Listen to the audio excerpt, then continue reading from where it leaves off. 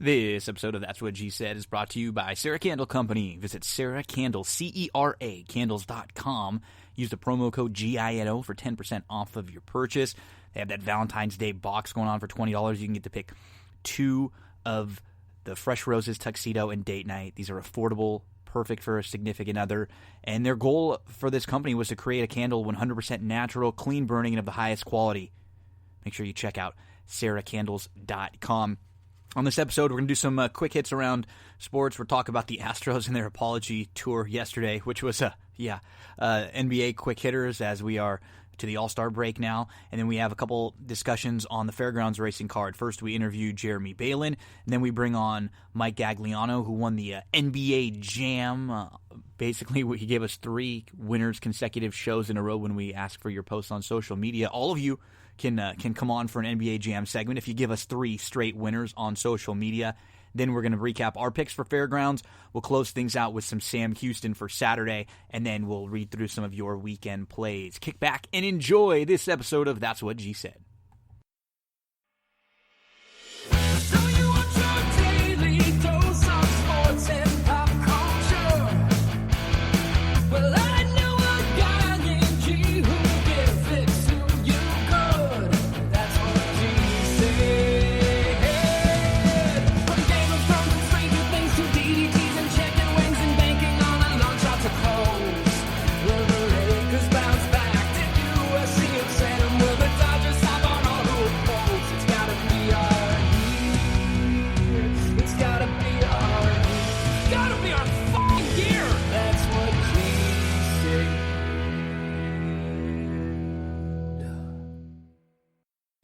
February 14th, happy Valentine's Day out there to everyone. Appreciate you tuning in to another episode of That's What G Said.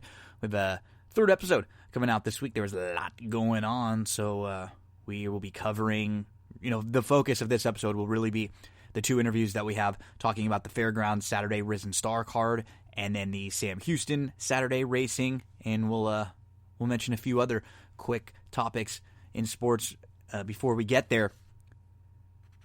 If you didn't see this Astros stuff yesterday, okay, so the Astros, it's the start of spring training now. The Astros, we know, they got caught cheating. Nothing happened, really. They didn't get to take the World Series taken away from them. But then everybody came out yesterday, was apologizing, and it was just atrocious. It was awful. They were reading off of written statements. Nothing felt heartfelt, genuine, until they went back into the clubhouse. Like, everything that they had prepared to come out and talk was just horrible. I mean, I'm going to go through a couple of these articles. I'll mention some of the things that happened. This was from ESPN. Players were made available at a news conference as the Astros opened spring training in West Palm Beach, Florida. Bregman said, "I'm really sorry about the choices that were made by my team, my organization, and by me. I have learned from this, and I hope to regain the trust of baseball fans." Altuve said the Astros had a great team meeting on Wednesday night, and the whole organization feels bad for what happened in 2017. They apologized at least, okay, so that's different from before where they weren't really even acknowledging anything. And they seem to take at least a little, like the players seem to take a little bit more responsibility. Yuli Gurriel, "No one put a gun to our head. It would be a lie to say that 1 or 2 people are responsible." George Springer said, "We are all responsible."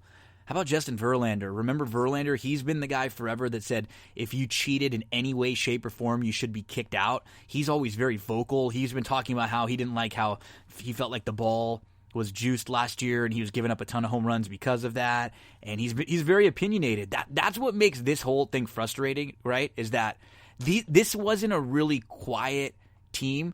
These guys are very flashy, very loud, from Verlander, when he talks to all of them, really good players, right? Bregman, Springer, Altuve, Yuli Gurriel, they're all very, very flashy, and they were cheating.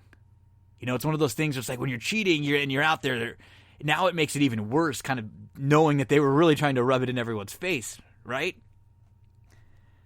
Verlander said, "Once I spent time and I understood what was happening, I wish I had done more. I can't go back and reverse my decision. I wish I had done more, and I didn't." Sheesh. Astros owner Jim Crane. This was great. "Apologized and vowed this will never happen again on my watch. He pointed out that the MLB's decision to suspend. He pointed out that he went beyond MLB's decision to suspend Hinch and general manager Leno by firing both men. He agreed the players should not be punished. This is a great group of guys who didn't get the proper guidance from Hinch and Lunho. Like, these children? So now the Astros are like 5-year-old kids who their kindergarten teacher led them astray? Come on. He said that multiple times, like, the leadership wasn't there. Well, who's the number one leader in your organization? You are. Unbelievable, you know. He pointed out that he was asked if they should keep their World Series. He pointed out that the MLB had made it clear Houston was keeping the title, and he agreed with the decision. Our opinion is it didn't impact the game. We had a good team. We won the World Series. We'll leave it at that. How about this? Then within a minute, 50 seconds later, quote, I didn't say it didn't impact the game. Jim Crane, after just having said our opinion is that this didn't impact the game. Huh? You completely contradict yourself within 60 seconds. Nice job. I mean, they were prepped. They had meetings and they prepared for this for a long time, and these were the statements they came out with, and this was their stance. We all make mistakes, right? All of us do. But when you have to come out and actually be contrite or actually pretend like you mean what you're saying, when you're reading from a piece of paper and when you're trying to spin it, no matter what, he keeps saying, well, you know, I'm doing more than what MLB said, or hey, MLB didn't find that investigation. You know there's been organizational problems in Houston now for a while with the way they handled the stuff earlier in the year with the female reporter, and then they came out and they tried to get her fired. It was terrible. And it starts at the top and trickles down.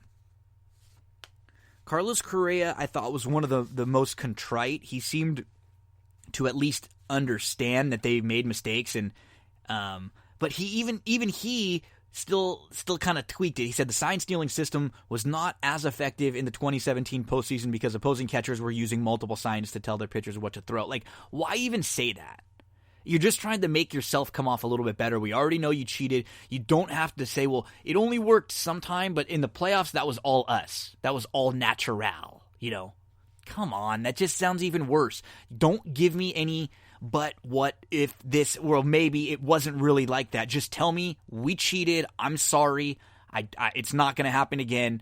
And you know, that, don't give me the, well, like, I hate that. Come on. That's crap. He said, Correa said, we feel bad. We don't want to be remembered as a team that cheated to get a championship.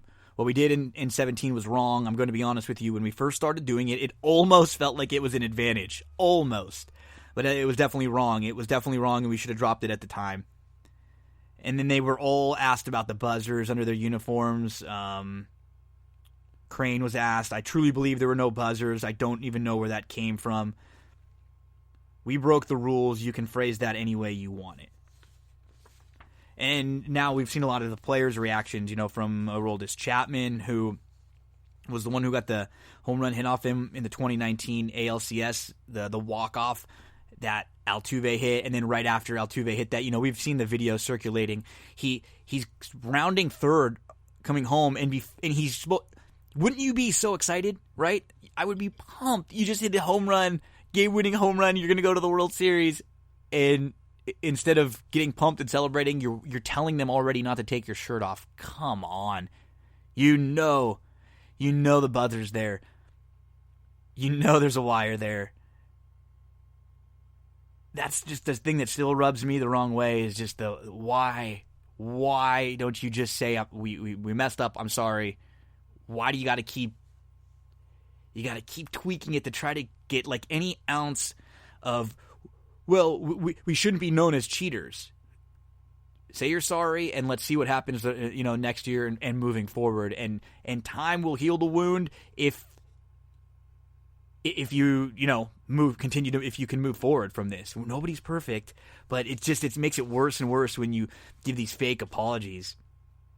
Yeah, in the Ringer, it says, this is the article, this is from Michael Bauman, the Astros apology tour is off to a comically disastrous start. He compares it to Watergate. Astros on Wednesday, security barred reporters from the clubhouse and the player parking lot to prevent them from asking questions about the offseason. And then it was Thursday morning when we found all this out. So it was yesterday. I'm recording this Friday. And it's by apologizing for certain aspects of the team's wrongdoing without accepting responsibility or expressing contrition himself, Crane, hiding behind a commissioner's report, merely scratched the surface of the Astros' deficit and with the Astros' deceit. As more people become available for questioning, keeping a fictional story straight becomes more difficult. Crane was not prepared to make an absolute apology. Through a torturous press conference, Crane deflected and dissembled at every turn. It was, and then they go, our opinion is that this didn't impact the game. I didn't say it didn't impact the game. Crane said the sign stealing didn't affect the game. Less than a minute later, denying ever had said such a thing. He actually said, "I don't think I should be held accountable." He wielded the commissioner's report like a veritable holy shield of righteousness. Document seems to have been crafted to set up former Astros employees, Lunau, Lynch, Cora, Beltran. It was all them, right? Nobody that's here, we're all at the mercy of these bad guys who forced us to do everything. That was another thing. It's like, you're grown men, they're forcing you to do this stuff. None of you know that this is wrong or feel like it's wrong. Get the hell out of here. The scheme was at least executed by the players. If Crane wasn't prepared to answer all those questions truly and transparently, he might as well not have bothered to apologize at all. The Astros of the past several years gained notoriety not just for winning, but for doing so with panache, with a roster full of star players more intelligent, charming, and outspoken than your average ball player. On Thursday, those players didn't fare much better than Crane. Bregman led off his paragraph-long statement. "I'm really sorry about the choices made by the team, my organization, and me." Springer told reporters he felt remorse and regret. Verlander wishes he'd spoken up. Reddick expressed remorse, but said he didn't see any reason to apologize to the opposing players at all. Well, you cheated them out, some people out of thousands of dollars, because you guys won, and now you guys all got about a $500,000 bonus each, not to mention the gear, the bonuses that your organization got from winning a World Series, all the extra money that comes with that, the extra, ticket sales just for getting there for all the playoff games. Get the hell out of it. You don't have to apologize to the other players. What about the other fans? What about MLB in general? That's just that's pathetic. These are embarrassing. Mentioned Carlos Correa came closest to delivering a satisfactory apology. Admitted this Astros stole signs they knew even in the moment it was wrong, negative, but it had a negative impact on opponents' careers. And these last couple of paragraphs are great. This is in that Michael Bauman. Says, "I've been covering sports for a decade now, watching sports for longer than that, which means I know an insincere and unsatisfying apology when I see one. Even so, Crane and his players broke new ground on Thursday morning by apologizing, if you want to call it that, with so little force and credibility that their lack of effort was more offensive than the lack of integrity." And then he goes on to mention, the incident that they had earlier in the year. They are very arrogant, and they've obviously had some, organizational control issues and PR issues, and the franchise seems like it has not even learned how to message effectively in the face of a crisis. And then what happens? Things come out of this, right? Pitcher Mike Bolsinger says the cheating Houston Astros changed the course of his career. He's suing the Astros. Mike Bolsinger, former Toronto Blue Jays pitcher, actually pitched for the Dodgers, he wants them to be held accountable. Bolsinger filed a civil lawsuit in Los Angeles Superior Court on Monday accusing the Astros of unfair business practices, negligence, and intentional interference with contractual and economic relations. Bolsinger is seeking unspecified damages, but they're not all for himself. This is from USA Today from Nancy Armour. He wants the Astros to forfeit the roughly $31 million in bonuses from their ill-gotten World Series title, and for the money to go to charities in Los Angeles focused or bettering kids' lives, as well as to create a fund for retired baseball players who need financial assistance. The Astros lit him up for 4 runs, 4 hits, and 3 walks in a third of an inning, 29 pitches to be exact, in August 4th, 2017 in Houston. by that time the nightmare of a night was over, Bolsinger had been demoted, and he's not pitched in the major league since. He said, I don't think I've had a worse outing in my professional career. It was like they knew what I was throwing. They're laying off pitches they weren't laying off before. It's like they knew what was coming. That was the thought in my head that night. I felt like I didn't have a chance. Bolsinger was right. The Astros did know what was coming. According to the lawsuit, there's video in a web application that was written by an Astros fan that documented every instance of trash can banging and found the most bangs took place in that August 4th, 2017, and the most bangs in the game came when Bolsinger was on the mound. According to the lawsuit, there were bangs on 12 of his 29 pitches. This guy got cheated. You know what? And there's a lot of players that are probably like this, especially those bullpen pitchers or pitchers that are on the fringe that come up and down, and they come up for a spot start. You make one or two good starts, you're great. If not, a team could look at you and say, we gave him a shot, send you back down, and then never give you a shot, especially if you're someone a little bit older. You don't have as much upside. He probably was never going to be an all-star, but in baseball, it's all about, guys that are, come off the streets can make it, come out of the bullpen and be huge helps for you. I don't think the Astros should have the World Series taken away from them. Or let's say this. I don't think anybody else should be awarded the World Series. As a Dodger fan, I don't want to be retroactively awarded it. How do you know the Dodgers would have beat the Yankees or whoever else they would have played in the World Series that year, right? We don't know that. Wouldn't be fair. I do think some sort of what Bolsinger was talking about, there was every player on that Astros team that won earned, it's a bonus between $450,000 and $500,000 for winning the World Series. They all got money that should have gone elsewhere. At the very least, Crane, the owner of the Astros, should make a donation with that amount to a massive charity to at least get some positivity out of this, because that's the one thing that kind of rubs me the wrong way, is that people directly got money for cheating. I just feel like take the World Series away. Don't award it to anyone those couple years, and we'll see what happens with the Red Sox. And now before we move on to some basketball stuff, the thing that I find really interesting is now there was a tweet that came out earlier today from John Heyman, who covers baseball, and it basically says that the Red Sox aren't going to be implicated the report on the Red Sox is expected to come from MLB by the end of the month. The allegations against them are far less egregious than the ones that resulted in MLB's report and punishment in the Astros case. And then someone responds to that, was far less egregious. This is going to be their second offense after being warned for the Apple Watch incident. Without harsh penalties to players and organizations, there's no deterrent. And we're talking about the investigation from MLB. This is the same MLB that just investigated the Astros and said they found no buzzers, they found no wires, they didn't know anything about the decoding system that they had and the formulas and the analytic, like the computer systems that they were using to decode the signs. This was not normal. They didn't know anything about any of that. And I'm supposed to trust MLB when they say, that the Red Sox didn't do much. MLB offices do not like this at all. They want this to get away. They want to be done with this and move on. They're hoping that they can get rid. It's funny. In a weird way, it's good because people are talking about baseball, but they're talking about it in such a negative way. They don't want everyone to find out that there was all this stuff going on right under their watch. You think they want it to come out that Boston was cheating to win a World Series now too, and then your 2017 and 2018 champions are both completely bogus? They don't want that to come out. And if you think that Alex Cora, who is a part of all the cheating, went over there and then was completely squeaky clean and did nothing, I think you're mistaken. Now, again, what's difficult about these stories is we're never going to truly know to what level any of this stuff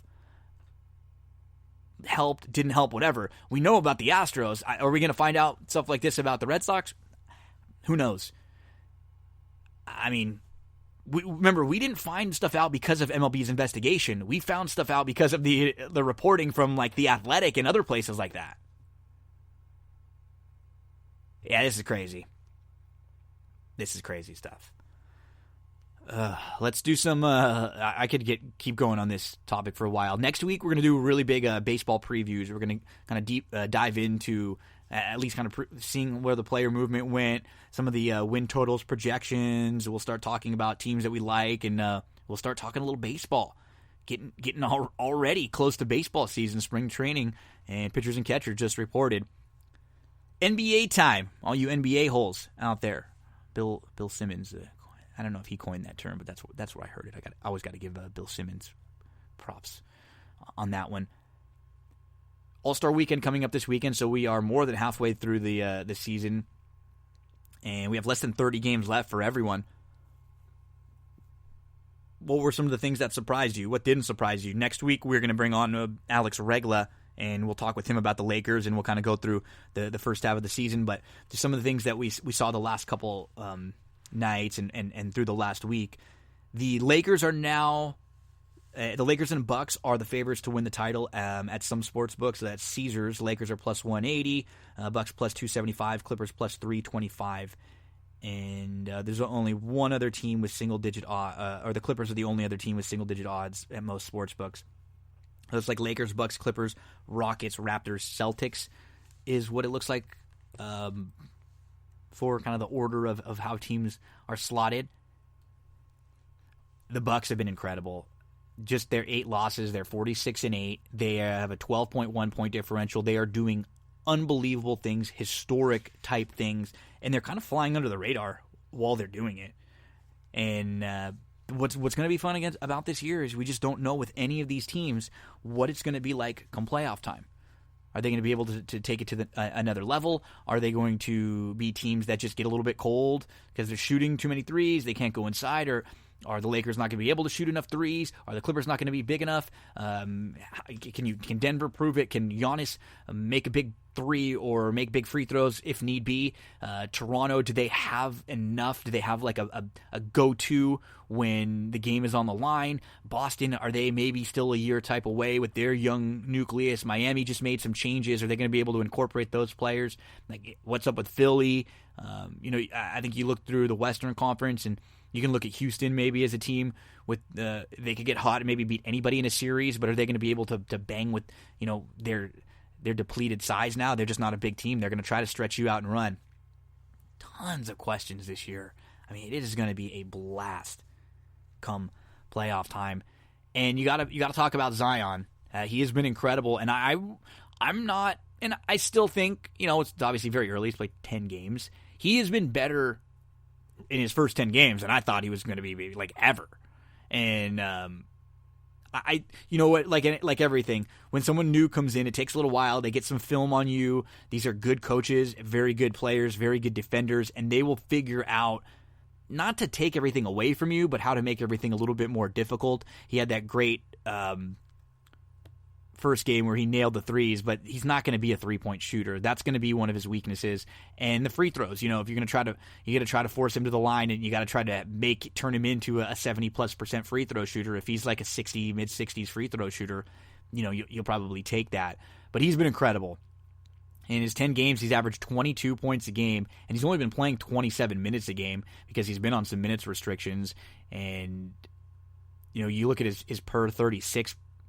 In those 10 games, he's at 29 points a game with just 9.9 rebounds, 2.9 assists, and he's almost at a steal and a half a block. The defensive numbers will have to improve a little bit, and he's just a little bit different than what anyone's seen. So whenever I'm wrong or I'm off, I'll always I'll take the L. I'm going to take the L so far on Zion because he's definitely better. And he's more impactful right away than I thought he would be. I was just kind of worried about him being a tweener. And I think some of our concerns with him will be the injury and durability and stuff like that, right? I think which has always been. That first half of the first game he played, I was getting ready to say, man, he looks slow. He's not going to be able to do it against this kind of athlete. But his size, which a lot of people want to make it a negative for him, is actually a positive. Because he's a little bit too big when you go and too strong when you try to go small on him, and he's a little bit too fast and just really quick with quick move first step or real quick movements if you try to go bigger on him. So a lot of people figured with him being a tweener might hurt. And again, this is very early on. I'm sure there's going to be some games and some teams where they can, kind of focus in and make him struggle. But he feels like a guy who's always going to be able to get his, and he's excellent right now. I don't know if it's going to be enough this late in the season to propel the Pelicans, because this Memphis Grizzlies team is 8-2 in their last 10. They've won 2 in a row now. They're up to 2 games over 500, and they're 4 games up on Portland. They're 5 games up on the Spurs, and they're 5.5 games up on the Pelicans. So this Pelicans team would have to, make up 5.5 games on Memphis in the next 30 games, as well as leapfrog the Spurs and the Blazers. That's just a lot of work to have to do with, less than 30 to go. Okay, let's introduce our first guest, Jeremy Balan. We talk with Jeremy, cover the races. He is the content editor over at Bet America. He's a journalist. He's covered racing. You'll hear a lot from him at the beginning as he kind of talks about how he got into racing and some of the different jobs that he's worked. But sharp handicapper, really knowledgeable guy. I love about Jeremy is he's just very honest, and he'll, whether it be positive, negative. And, this conversation was a lot of handicapping. So we cover the Fairgrounds, the last 3 races. We hit the Rachel Alexandra, and then we hit both of the Risen Star races. So enjoy this interview with Jeremy Balan.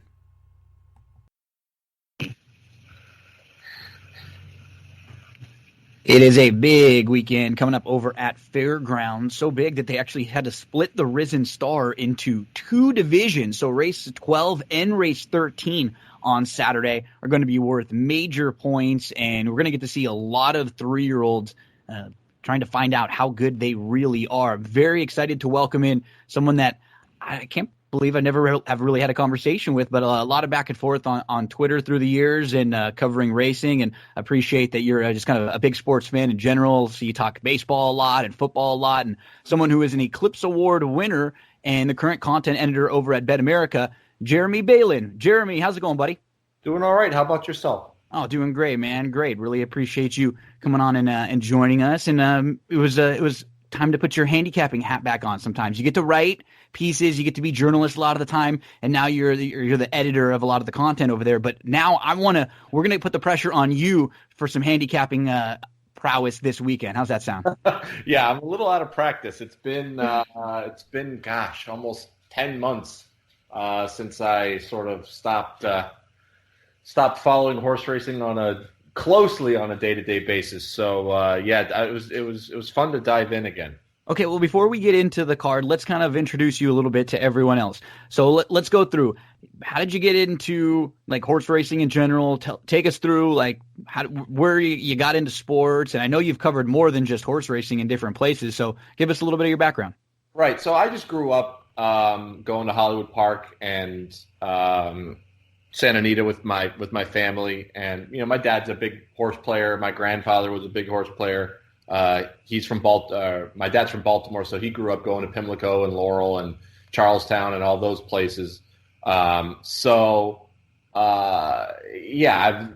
learned how to read a racing form pretty early on in my life, and then when I went to college for journalism, started covering more mainstream sports and started covering prep sports, and ran my own publication for a little while, and then in San Francisco, and then started working for the Orange County Register. And when things started not going so great over there with layoffs and all that, I was starting to think about what to do. And I had covered Hollywood Park the last day, which was an important thing for me to do personally. And I had sort of dabbled in racing because Los Al had just expanded their racetrack, and the Register was sort of looking for somebody who knew anything about racing. And that was a big sort of transition time in Southern California. So it wasn't great early on,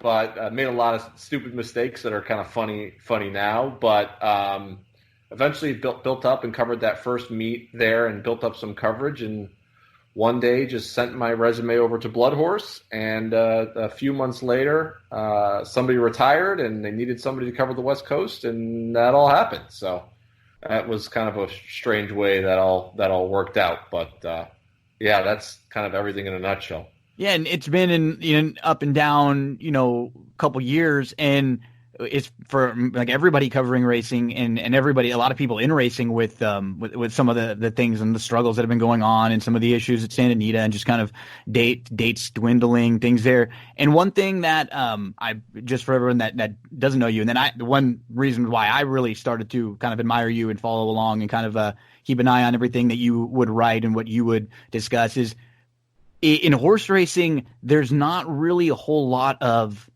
like journalist types. There's people that kind of just report information, and they kind of just they'll get information from connections, and you were kind of a little bit different in that, and that's one thing that I think I've always applauded you for, is that whether it was going to be a topic that was controversial or not, you were always going to be kind of honest, give your forthright opinion, and research it the best that you can, and just try to get the best information out there. And that was awesome. Like, I think for someone who covers sports, like that's covers anything. That's what you strive to do, and I've always appreciated that. So just before we get into the handicapping there, that's something that I have always admired about you. Well, I appreciate that, and yeah, that's this is a whole nother story, but that sort of led to where I am now. So a lot of that attitude, quite frankly, is not supported in a lot of corners of industry media or the industry in general. Well, especially a small one.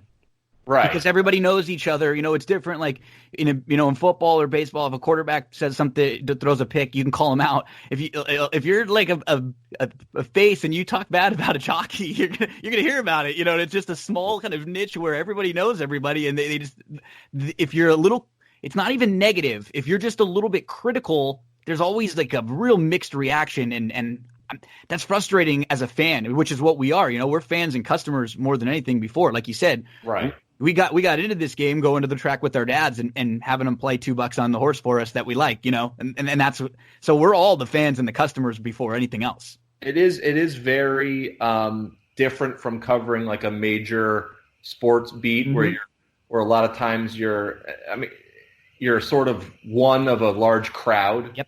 Say if you're on a pro beat or something like that. Like there was a lot of times where stuff would go down, and the next morning I'd be face to face with somebody, and they'd be pretty pissed off at me. But my contention through all of it, through 4 years with Blood Horse and before that, was, if you want to be treated like a major league sport, then you sort of have to take all that. Yes. Like you have to behave and understand. Sure, like in other sports, people get mad at the media. But it's the proximity of everybody in racing, and the bubble is certainly a unique aspect that I grew to understand pretty quickly. So before we get to Fairgrounds, last thing. So what besides racing, like rank your sporting interests, like teams you root for, or sports that you're interested, that you're watching, as much as possible? Oh boy, it's changed so much. Growing up, the only team I was really a huge fan of was the Baltimore Orioles. And, I was like a 10-year MLB TV subscriber. I would watch 90% of their games. And I just couldn't bring myself to do it this year, or last year, and I don't really see that changing. No. I don't know whether I've changed or baseball has changed. Both, probably. Or there's a lot of reasons. The fact that the team that I love is absolutely horrendous doesn't help. Yeah. Also, I would just watch regular baseball games, on a weekday or weekend, and it just doesn't happen anymore. So that, I barely watch any baseball in the playoffs. And then horse racing happened, and that was pretty much my entire focus. So I used to love watching and betting on college football, and that was suspended for a good 3 or 4 years. But I'm sort of back in that rhythm again. Nice. College football is my top. I love college football. I'll watch any level, at just if it's on TV, I'll watch it. Did you get a look at the XFL at all this last weekend? I've seen like little clips and stuff on Twitter, but I just can't bring myself to watch it. These next week or two will be interesting because it's kind of like threw on in the background, I was like, okay, I'm curious. The one thing that I was kind of impressed with was how serious ESPN and Fox, like the coverage of it was. Like they took it very seriously. They had like their B-level crews covering it, legitimate announcers that cover NFL. They had sideline reporters and everything. So I was kind of surprised, like, wow, they're taking this pretty seriously. And it came off good, but it's like that's always how something new is. That first week, people kind of tune in just to see what it's like. It's going to be weeks 2 and 3 and 4. It's like, are people going to really be tuning in again these next few weeks? So we'll see if the level of play is. But, like you said, football is fun. We're going to have to get you back on then when come college time, and we'll go through a Saturday slate or two and break some games down. Sure. Let's get into the races now. Let's go to Fairgrounds for Saturday. We're going to talk about the final 3 races on the card. So it's going to be first the Grade 2 Rachel Alexandra, and then we'll talk about the 2 split divisions of the Risen Star there. So not a deep or huge field here in the Rachel, but what we get the return of your undefeated 2-year-old filly champ, British Idiom, who won the Breeders' Cup, won the Alcibiades. She's going to be making her first start since November. This is a race that they had circled and they've been pointing to for quite some time. She's going to hook a really sharp Finite, who just won over the racetrack, is looking for her 5th in a row. And then you have, some horses coming out of that same race who are not far behind.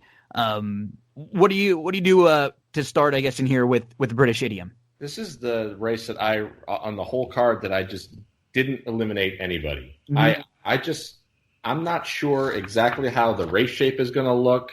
I'm not sure, with British Idiom coming off of that layoff, and there was some, I use optics a little bit, and there were some weird things in that as to how she sort of fits in the race, but she's definitely run the fastest races as far as I can tell. But I mean, how can you knock what Finite has done? Yeah. Especially with that last race for her, and maybe a little bit short off the layoff, my thought goes to, could this horse take another step forward in the second race off of the layoff, which I actually think is a big angle for this whole card. There's a lot of horses who I thought got either fit in their last races or a possible bounce with a big performance off of a layoff that might regress second time. So I think that Finite is going to take a step forward. So taking a step forward, second off a layoff versus a horse making a first start off a layoff, I'm going to lean that way in this race. But I just nothing would surprise me in that race. Yeah, what'll be interesting is what's going to happen down on the inside, because Ursula and His Glory both came out of the Silver Bullet Day that was won by Finite, and Ursula was on the lead that day. She broke a little bit better. His Glory was actually asked for speed, but could only kind of sit second. Now they draw the rail and the blinkers are on. They're going to really be forced from down inside. If those two hook up, then you're going to, then I think I think it'll hurt Finite a little bit, and maybe she gets caught kind of tracking a little too close. And I'm content with, from a complete win standpoint, if you want to take a shot against British Idiom, if she gets bet down a little too low, if you think that, this isn't the game plan, this is not what they have to be completely cranked for today, then I kind of get to Tempers Rising a little bit in here. I think this one is interesting. We know what almost every Dallas Stewart horse is going to do. They're going to drop back. They're going to make one late run. They're going to always pick up a slice. It's very consistent. And I feel like, even Impeccable Style, who's going to be stretching out, won't be too far out of it. If those 3 horses are kind of pressing a little bit, and then you have Finite sitting pretty close, then it might set up pretty nicely for Tempers Rising and probably even British Idiom. And then maybe Tempers Rising just being a little more fit and having raced more recently can get the better of British Idiom. But, see what we did there. I mentioned everyone, and I'm not even mentioning Squiz Skydiver, who's already kind of a buzz horse coming, off that late rally. off of a couple good races over at Churchill. So this is a race that, with this time of the year is fun because you have these horses that right now, any one of these horses can step forward, can develop and become a major player on the Oaks Trail. And I think you're absolutely right from a value standpoint. Temper's Rising was my second choice. I mean, I just like Finite better. Sure, I like her better, but she's going to be, probably more than or less than half the price. And but I also think that impeccable style coming off of that sprint where I thought she was pretty close to the pace. I think she might show more speed, so maybe that even causes more of a setup for Temper's Rising. Yeah, so at least a horse to use in some of your exotics, however you're playing this race. Like if you're playing Finite, because I do like the fact, I think it's a huge plus that Finite drew the outside with her running style, because she would be the type of filly that I think if she was drawn down towards the inside or like in between the speeds, then maybe she ends up getting caught up in it. But right. She's actually become like she's maturing. She's getting a little bit better. She's able to sit. Like I remember trying to beat her last time because I thought kind of similar, and I'm going to keep trying to do it most likely if she's a short price all the way through. But the outside I think is a big benefit for her. Who do you think will be favored? I think it's going to be really close. I would still lean British Idiom, but I think it'll be really, really close because these are two quality. I would be surprised if there's like a major difference between the two of them, and that'll probably give us the 5-6 to 1 on Temper's Rising if you're looking for a shot against those two, or maybe you want to pick one of those two and hook them up with Temper's Rising and some of the late pick 4 or late exotics or however you're going to approach it. But to me, I think those three, obviously, based on the way that I'm seeing the race shape up, they're kind of all drawn to the outside. They kind of all have the opportunity to maybe sit off the inside horses. Yeah, I agree. Okay, let's move on to the first of the two Risen Stars. I thought this one was much more competitive. Depending on if you like a New Door in the 13th, that might be a little bit more of a better betting race, but there were a lot of horses I thought out of the Lecomte that you could make a case for, and sometimes that's dangerous when you can make it. A couple have excuses, but I feel like there were horses that all ran pretty well. Then you have the two horses that come out of the allowance race, the Digital and Blackberry Wine race. This is obviously a deep group, and you have another one in race number 13. So kind of take the lead on this one a little bit. Where do you start? I think that the out of that Lecomte, I think you're right that there are key trips in there that don't look great on paper, and I think the place to start is Silver State. Mm-hmm. I don't think that he's going to break like he did this last time, and I don't think he wants to be as far back as he was in that last race. I think that he gets really the perfect trip behind sort of a weird pace complexion up front. I think there's going to be a lot of heat on the front end. So that would be one. And then, you know what? I can't help it but give Scabbard another shot. Yeah. Because the trip was so bad. It was so bad. And, he just had no shot. I mean, he just had absolutely nowhere to go for a ton of the race. He got squeezed out of a spot. He was shuffled back, and he's when you're in like the third flight and you're behind like wall of horses and then another wall of horses, and you're just at the mercy of everybody in front of you. It was, now the Silver State trip was a tough trip too. It's bobble, at the start, settled. You're like in ninth. He's like 8 lengths off of it, and he's 3 deep. And you mentioned, I just don't think he wants to be or needs to be even close to that far back. And then he makes a huge 6. He's like 6 wide and in between horses. So it's like, as far as trips are concerned, I think either of those are very playable coming off their trips last time out. What do you think of the winner of the Lecomte Enforceable? I don't know. I mean, I wasn't all that impressed with the 2 starts he had before that. So, I mean, did everything set up for him perfectly in that race? I'm not positive, but 7-2 on a deep closer with that many horses. I mean, what are the odds that he's going to get sort of not only the setup, but a perfect path through again. And so I'm going to side with a horse like Silver State or Scabbard because, I mean, I keep going back to Scabbard because, like, even if you look at his Iroquois way back, like, he had problems there. He had problems in Lecomte. The juvenile, I completely toss out. Yeah, that track, we just don't know. Who knows, right? So, I mean, what price is he going to be? Is he going to get a little bit of steam again, or have people given up? I mean, it feels like there's enough horses that had kind of, like we said, trips that you can make a case for, to where he might not just be like the only trip horse that gets over bet. Right. So you're right. You could get, because like I agree, Enforceable, things went well for him in that he just didn't really have to kind of like start and stop. He got a smooth trip where a lot of horses were kind of shifting around, altering course. They weren't like just able to get that nice momentum moving kind of trip.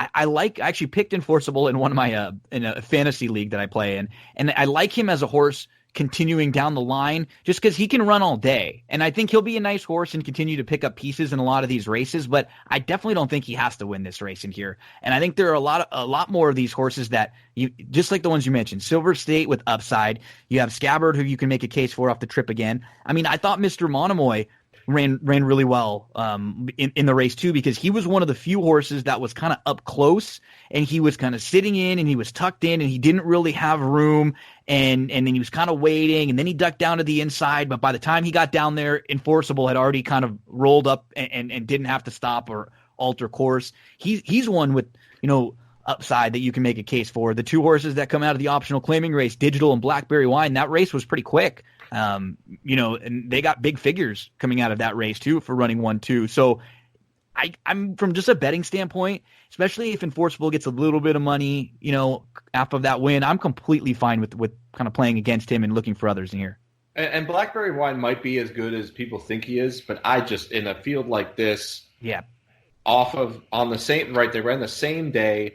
It's a completely different race. What were there, like 5 or 6 horses in the Blackberry Wine race? Yeah. I just, sure, it was faster than the Lecomte, but, what is that? I don't know what that means. And he's going to have to deal with the horse, ready to roll, who's really quick. In a big field like this, you're always going to get some other speed. Shusha Shake Me Up is really, really fast.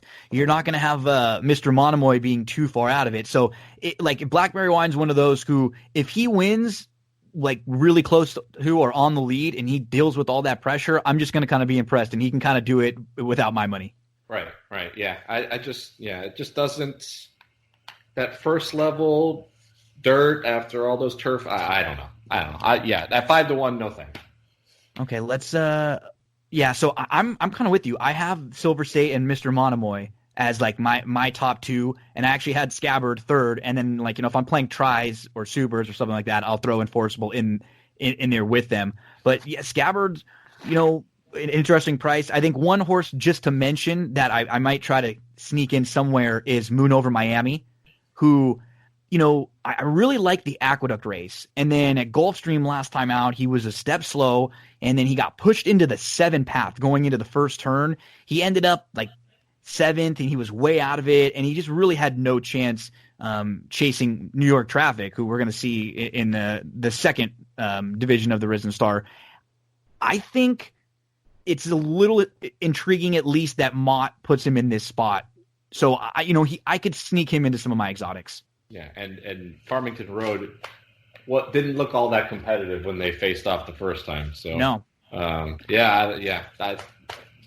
have a much better read on this race than I do on the next race. Yes, I kind of feel the same way here, because you start with the horse who is going to be the likely heavy favorite in here, A New Door, who was your runner-up in the Breeders' Cup Juvenile and was the runner-up in the Low South Futurity. Really good efforts in both of those starts. But now you're going to ship over to Fairgrounds over a horse who hasn't really had to travel. We'll see what that'll do. And I mean, from just a pure wagering standpoint, in a field like this, I absolutely am going to take a shot against, on the win end, A New Door. But and there are some horses that really do have upside, but they're going to have to need to take a step forward. So, yeah, what's your kind of overview on this?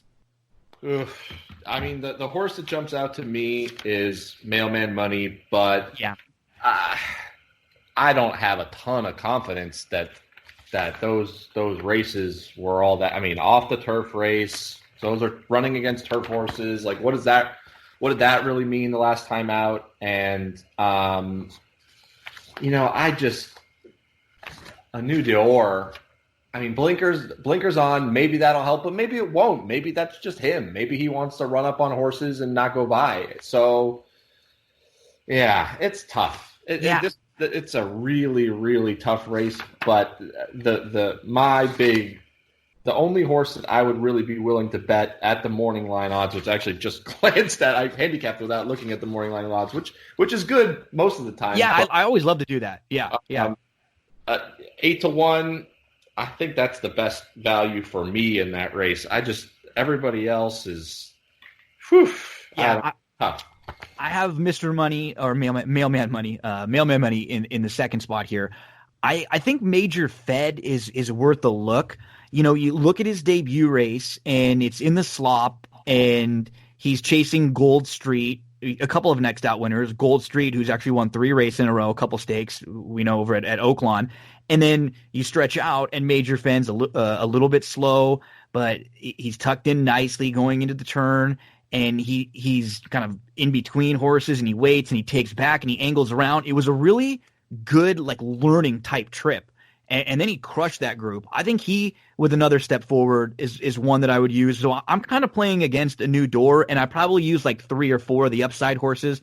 Absolutely, mailman money makes sense to me.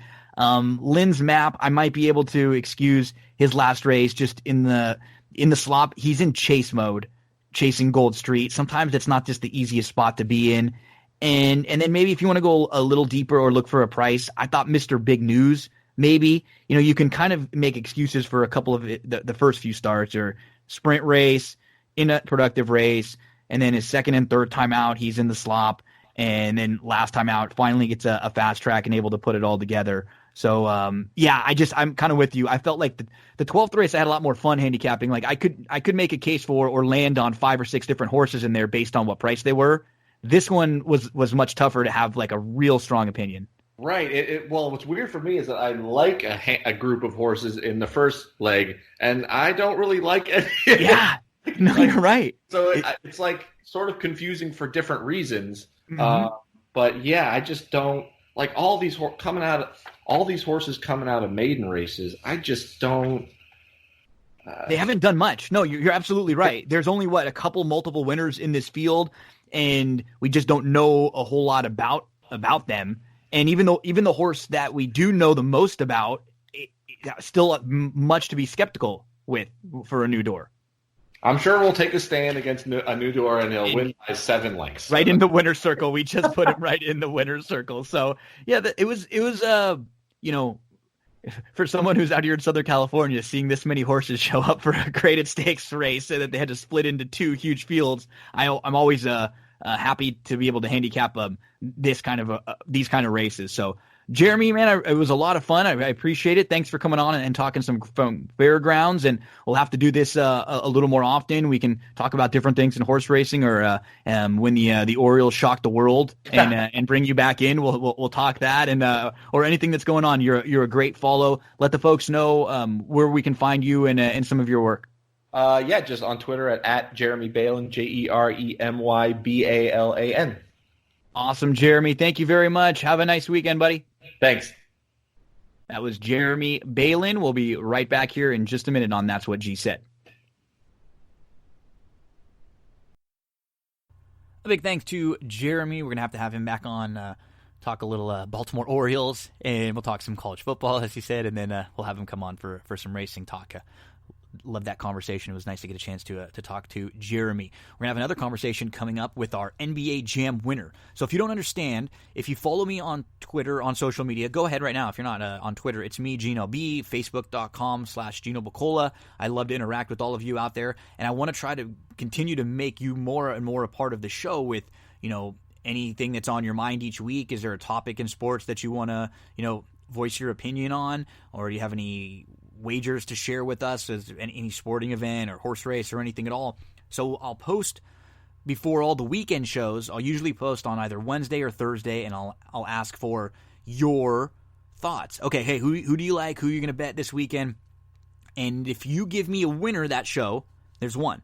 Next week, if you give me a winner on the next show, that'll be two, and you're heating up. And then if you give me a third consecutive winner, 3 in a row, you are on fire. That means you get to come on for a segment on the show, and we can talk about, whatever your plays are for that next weekend. We can introduce you to everyone. We can just kind of get a little background and give you a segment to shine here on That's What G Said. And Mike was our first NBA Jam winner. You actually remember Mike. He was on with us a couple months back, and we talked some football. We talked some horse racing. So this week we catch up with Mike. We just do a little introduction, and then we break down the late pick 4 races at the fairgrounds. So enjoy the discussion with Mike Gagliano. We're going to get there with the discussion to Mike immediately following this quick commercial break. So don't go anywhere. One of the sponsors of That's What G Said podcast is Cindy Carava, full-service realtor, and I am here over in Glendora at Coldwell Banker with Cindy Carava. Cindy, how was 2019 for you? Tell us a little bit about what kind of stuff you were working on. Hi, Gino. Thanks for having me. 2019 was just really great. I had a great year selling homes all the way from Altadena, Arcadia, Monrovia, out to Upland and Ontario just recently. The market has been really good. We're looking forward to 2020 with an increase in home prices about 5.8% this year, opposed to last year where it was a little softer. We saw more like homes averaging about 3.5% in increase in value. It's also looking great for buyers. The interest rates right now are going to be staying under 4%. So if you've been on the fence about thinking about buying a home, now is the time to do so with interest rates still staying low. And you offer more services than just the buying, selling, and leasing homes. Tell us about some of the other services that you offer and what a full-service realtor really is. So you're right, Gino. Besides me being a full-service realtor of finding properties for my clients to buy or selling their homes or finding rentals for them, I also have a plethora of resources like handyman, contractors, electricians, plumbers. Like I said, if you're thinking about getting a home loan, I actually work with 2 great lenders that I can recommend to anybody.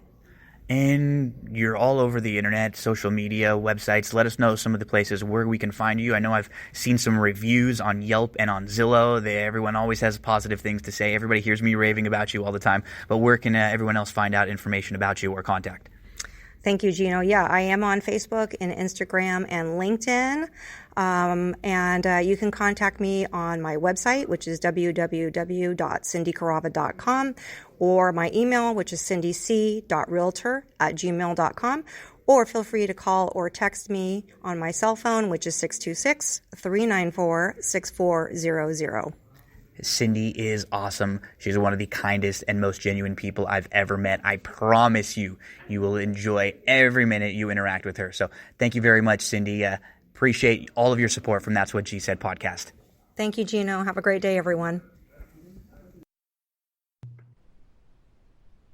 So if you're following along on social media, you can follow me on Twitter. It's me, Gino B, over on Facebook.com/Gino Buccola. I like to try to get the fans, the listeners, all of you out there, because That's What G Said. I'll interview people, but there's no real co-host. So you are all of my co-hosts, and we're going out now and we're looking for you to give us your best bets for the weekend or your best plays. And we're going to do things like NBA Jam. If you get 1, that's a winner. If you get 2, you're heating up. If you get 3, you're on fire. You get to come on That's What G Said and host a segment, and we'll give out some plays for the next show. And the first ever NBA Jam winner that give us 3 consecutive winning bets on 3 consecutive shows in a row was a past guest of That's What G Said, and someone who's actually going to be starting up his own podcast very soon, and that's Michael Gagliano. Mike, how you doing, buddy? I'm good, man. How are you? Thanks for having me on.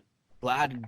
Hey, man, that was a nice little run there with your winners. You were spot on, and it seemed like you had a pretty good feel for the football playoffs through the playoffs. It seemed like most games and most weeks you had a good gauge of how things went. Yeah, like I said, I'm a big Green Bay fan, so I kind of watched that NFC Championship game closely, and I knew that if Kansas City could get a lead, Garoppolo would struggle. So that's when I made my pick of KC and the under. I knew right away I was going to nail it. Yeah, that was solid, man. An unfortunate way to end the season for Green Bay, but you know what? Your first year with the new coach, there were a lot of positives. This team has a lot of opportunity to improve and get a little bit better. You probably need another playmaker or two, and some places for improvement. But all in all, when you're one of the Final Four, you can't really be saying it's a terrible season. Exactly. I'm proud of my team. First year head coach. I couldn't have asked for any more. To be like one of the final two teams in the NFC was mind-boggling to me. So, like I said, I'm very proud and eager to see where we go next year. So now that football's over, right now, well, actually, what I like about you, and we have conversations back and forth, is it seems like you're pretty well versed in all sports. And you know, we've talked college basketball, we've talked NBA basketball. There's all sorts of different conversations we've had. Where does your focus go to right now with no football? I'm focused on the Pelicans right now. Playing well. The Zion craze is phenomenal. I went to his first game when he came back against the Spurs. That was quite, when he hit those 4 threes. That was incredible. Yeah, the crowd was nuts. And then I've been keeping up with LSU basketball, 18-6, top of the SEC, 3-way tie right now with Kentucky and Auburn for the SEC lead. So that's my two main focuses right now. And a big weekend coming up at one of the racetracks that you head to quite a bit, and that's the Fairgrounds. This is a really, really good card. It was so damn good, Mike. They had to split the Risen Star into 2 races, and they got these 2 Risen Star races are better. Each one is better than most of the other prep races you'll see at any other track. So, I mean, they have full fields, and there are plenty of opportunities this weekend to make some money at Fairgrounds. You're right about that. I mean, anytime you have to split your biggest race into 2 fields, I think we had 21 pre-entered for the Risen Star. And if you remember, War Will came out this race last year. So, Fairgrounds is known for providing big winners, and they do well with prior stakes from that. So I'm eager to see what happens from these races. So let's jump into Fairgrounds, and we're going to mainly tackle the last part of the card with starting in race 10. We'll go through races 10, 11, 12, and 13 and kind of get an overview on some of your plays. So the 10th race is the Fairgrounds. It is a grade 3, mile and an eighth. You have a real fun local horse who's been excellent at Fairgrounds, and that's Synchrony, who's probably the horse you have to kind of start with when you're talking about this race. So how do you approach this race? Who are some of the horses that you may use in the late pick 4? I like Synchrony a lot. I mean, he won the race last year, finished 3rd in the turf in the Norman Murez last year as well. 4 of his 5 wins on the turf at Fairgrounds. He's 4 of 5. On the turf at the Fairgrounds. What else? 19% on the turf. Mike Stidham, top 3 in 19 of 25 starts. So I think that's going to be my top pick. I like Don't Blame Rocket, Leparoux, and Cassie. He won the Colonel Bradley. He's 3 for 5 on the turf at the Fairgrounds. 7 of 13 lifetime on the turf. He's 9-2 on the morning line. 98 buyer last time out. And then for my long shot special, I'll give you his local connection. His leading jockey, Mitchell Moore. I like Sailing Solo at a price, 20-1. 3 for 7 on the turf at Fairgrounds. Louis Russell's pretty good off the layoff, second off the layoff, 23%. I think he can get early speed. If Sailing Solo can get early on the lead, I think he can maybe go gate to wire possibly at a price. So just keep an eye on him to include in the exotic. So I like Synchrony, Don't Blame Rocket, and Sailing Solo for the Fairgrounds grade 3 race 10 at Fairgrounds. Yeah, and I like what you're doing with your price play here, because when you're throwing a long shot in one of the exotics, you want to get a horse that's going to at least give you a little run for your money. And sometimes you're playing if we're playing a 20-1 shot or a bomb who's got no speed, you can tell really early on that you just got no shot. A horse like this, it's great because you're going to be in the race. You're going to be in the race. And if nobody else gets brave, or if, they a lot of times the riders will go, okay, there's a 15, 20-1 shot out front. We'll let this one cruise. This is absolutely a horse who can, at the very least, hit your trifecta and really spice things up. That's right. I really love the horse. I mean, he's won 3 of his last 4 starts. And at the distance as well. Mile 16th at Hawthorne on the turf, and then a mile 16th at Arlington on the turf, and then a mile race. So I mean, he only finished 5 lengths back. Don't Blame Rocket in the Colonel Bradley, and I mean that the horse can only improve, So. So that's race number 10 there, which is the start of that late pick 4 sequence. We move into race number 11, and it is the grade 2 Rachel Alexandra. We're going to see the champ from last year, the 2-year-old champ British Idiom, who won the Breeders' Cup Juvenile Fillies. She's going to be making her first start of the year.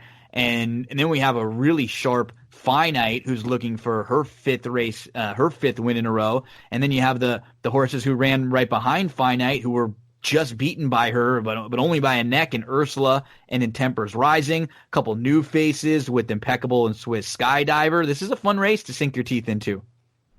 Yeah, I'm going to go with the top pick. I think I'm going to put Finite on top just because I don't know how British Idiom is going to come out, being off that long layoff.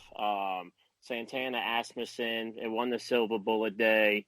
3 wins at the route a mile and up. 2-1 on the morning line. So I'm going to make that my top pick.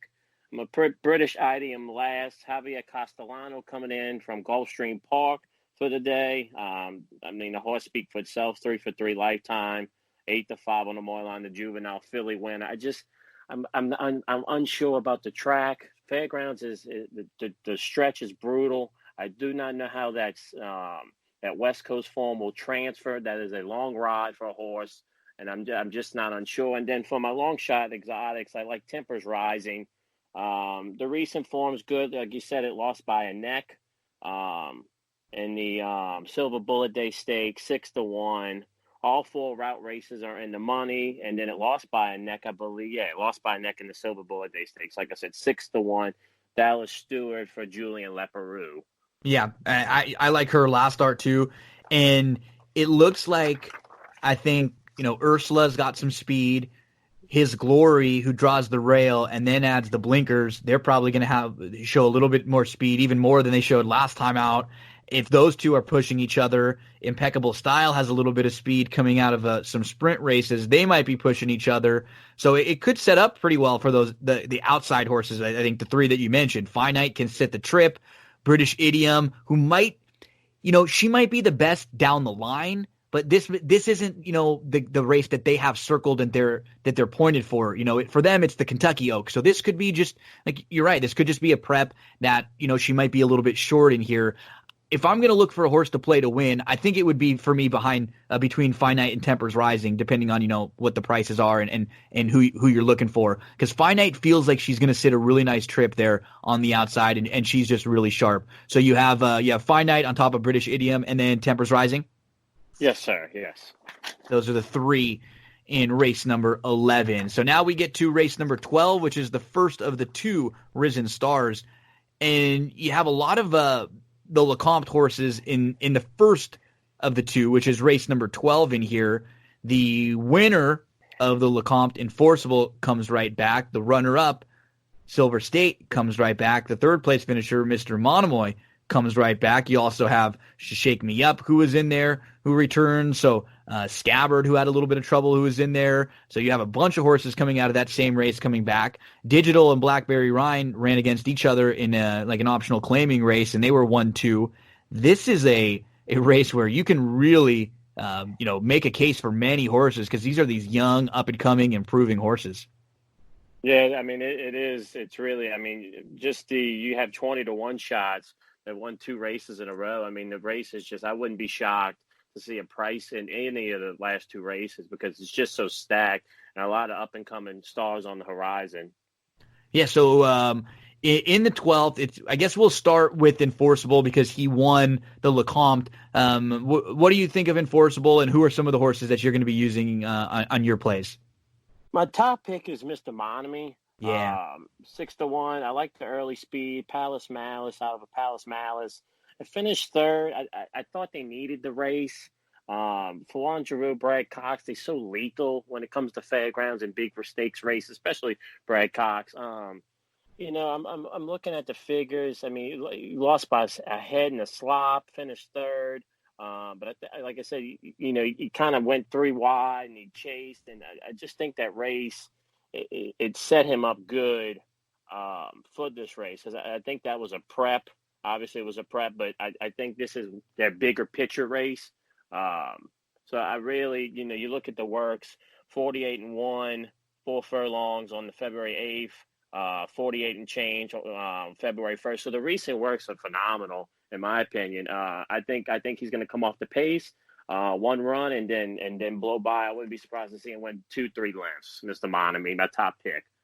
Mr. Monami, we're in some trouble because we're together here too. Mr. Monami, I like, so we're going to be yelling and screaming for Mr. Monami. Yeah, I think what's nice about him is he's got a little bit of like positional speed to where, he can put himself close and he can maybe get the jump on the horse like Enforceable or maybe Scabbard or some of these deep closers, even Silver State, who might not be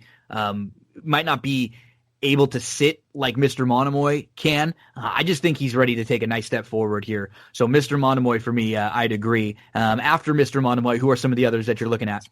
I'm going to go with the LeCompte winner, Enforceable, next. He came off the pace, kind of sad he was 8th at the stretch, and then made that big run. Fairgrounds is nice for a horse like this. I don't know how he will fare in the Derby or even like that. I think he may be a Belmont horse. But I do like Enforceable here for Laperoux and Mark Casse. And then also underneath, I'm going to use Silver State, who finished second by a length and a half in the LeCompte. This connection speak for itself. I like kind of comes off the pace as well. So I think him and Enforceable will be there as well. But like I said, I just think they're going to be chasing Mr. Monomoy. And like I said, I wouldn't be surprised Mr. Monomoy runs away with this, because I'm just very, very high on this horse. Mr. Monomoy, hopefully making us a little money in race number 12 at the fairgrounds. And then we move to the 13th, which is the final race on Saturday, and it's the second of the Risen Star races. The favorite in this race will be a New Door, who was good in the Breeders' Cup Juvenile, who was good in the Los Al Futurity, was a runner-up both of those days. And then after you get away from a New Door, you can really get prices if you're able to beat this one, or if you're able to, find a little value underneath. So who are some of the players for you in this 13th? I like a Noah Dior. Obviously, it's the favorites. It's, Son of Manag Dior, photo finish in 2 of the races. Rosario for Blaine Wright, kind of a newish jockey. Newest trainer, kind of on the horizon. So I think you got to keep an eye out for that one. But my top pick is Modernist. Junior Alvarado for Bill Mott. Love the race that Aqueduct on the 25th won by 4 lengths, broke its maiden.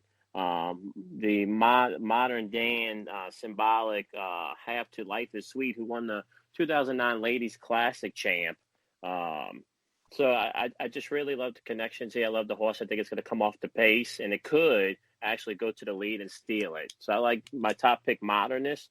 Junior Alvarado for Bill Mott, the 1 horse. And I believe it's 8-1 on the morning line. Yeah, you get a good draw, too, because I think he showed a little speed last time out, and it's nice to have, to know you have options. But I think you're right. I think they probably will sit a little bit in here from the inside, maybe let 1 or 2 of the speeds go. You can just kind of save all the ground and sit behind them.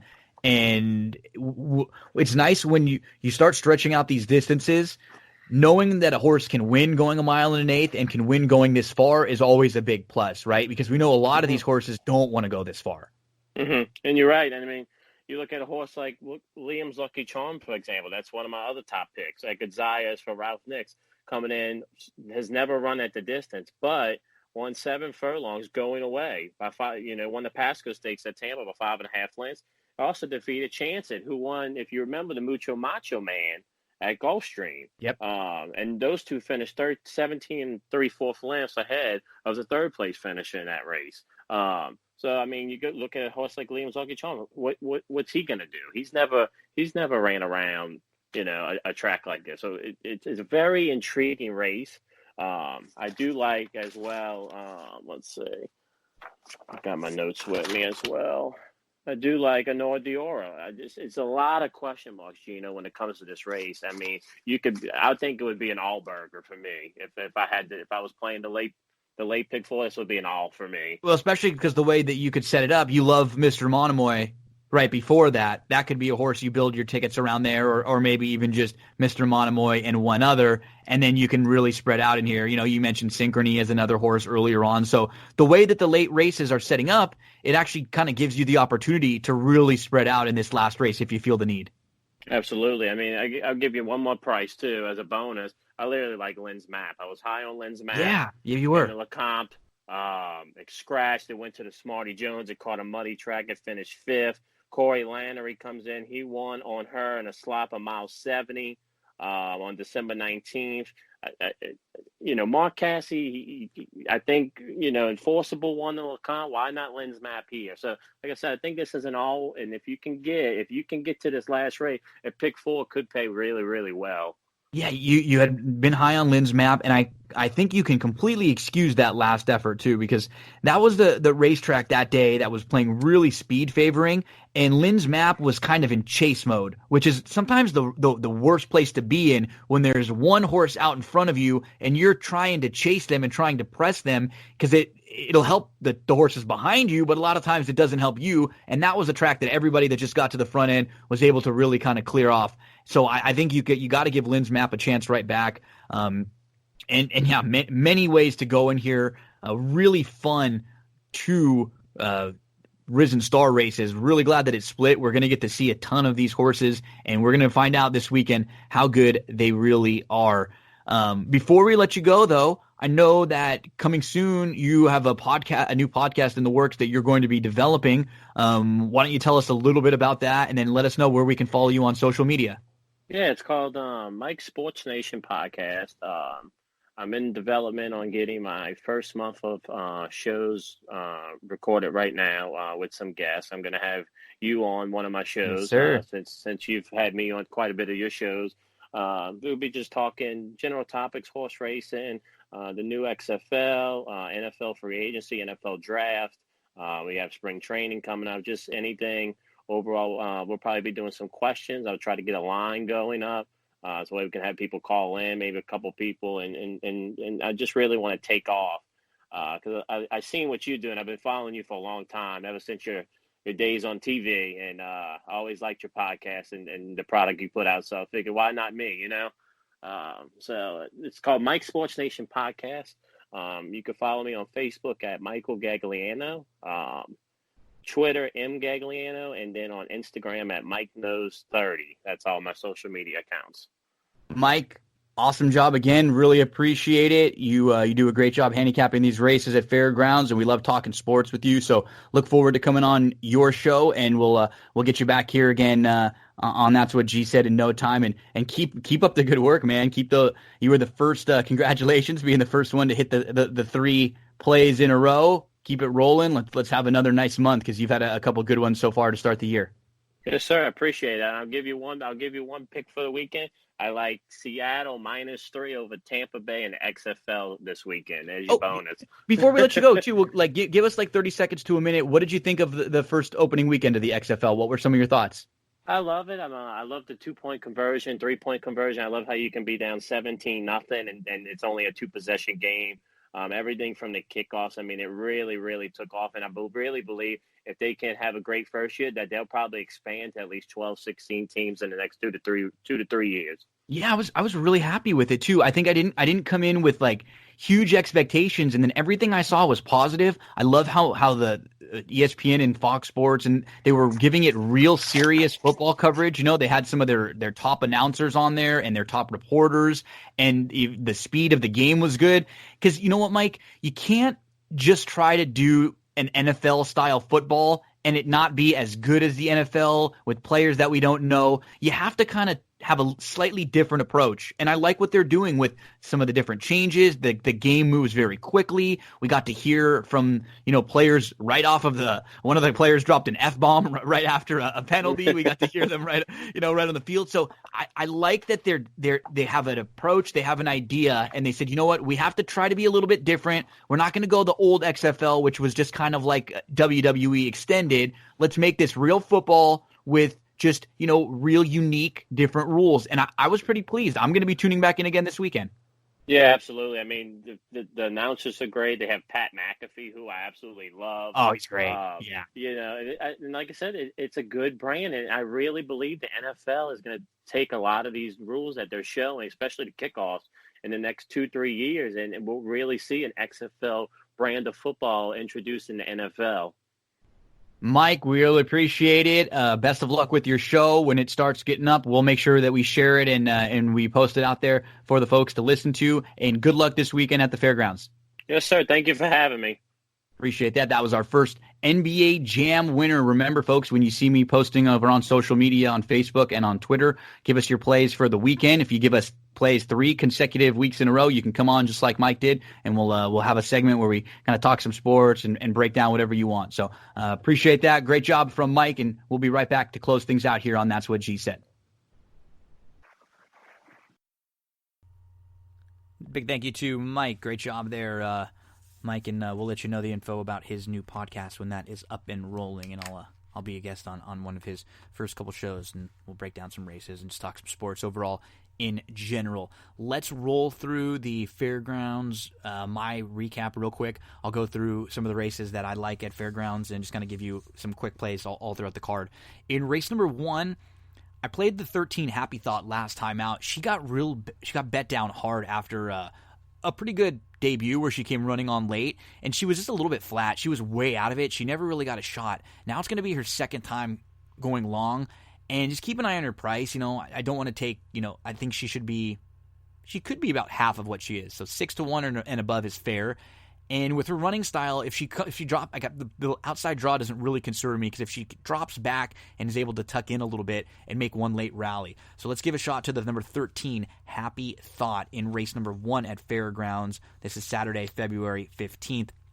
Race number 2 at Fairgrounds. The 6 is just one I'm not going to bet, but keep an eye on the 6, who is Airstream. And that one is the half-brother to Rachel Alexandra. The dam has produced 5 other foals. All 5 are multiple winners that have each earned $100,000. The dam was a winner at a mile, was second in the grade 2 goldenrod, and Airstream had a slow start, was 10 lengths off on the inside, was at the back group, moved in between horses, was not far out of third. It was a very nice learning type race, and now he stretches out. So he'll probably get hammered at the windows, especially on a day like this when you have, Rachel Alexandra being run a little later on in the card. But unbelievable when you look at her record back again, 13 for 19 and over $3.5 million in earnings. The third race is the 8. I'm going to go to the 8 here, ready for my close-up. This is a horse who I'll make a wager on if we can get 7-2 or so. I was a big fan of her debut. She broke really well. And then her second step was a little slow. She was back to last. She then rushed up in between horses. She went right into traffic, up onto the heels of rivals. She was up to 4th, and then she was only within a couple lengths before flattening out. It was a very good learning type experience. I like the outside draw. I think she has, a little more speed, but she can probably sit off the pace too. Let's give the number 8 ready for my close-up top billing in race number 3 at the fairgrounds. We'll make a win wager on this one if we can get anything over 7-2. Let's skip to race number 5.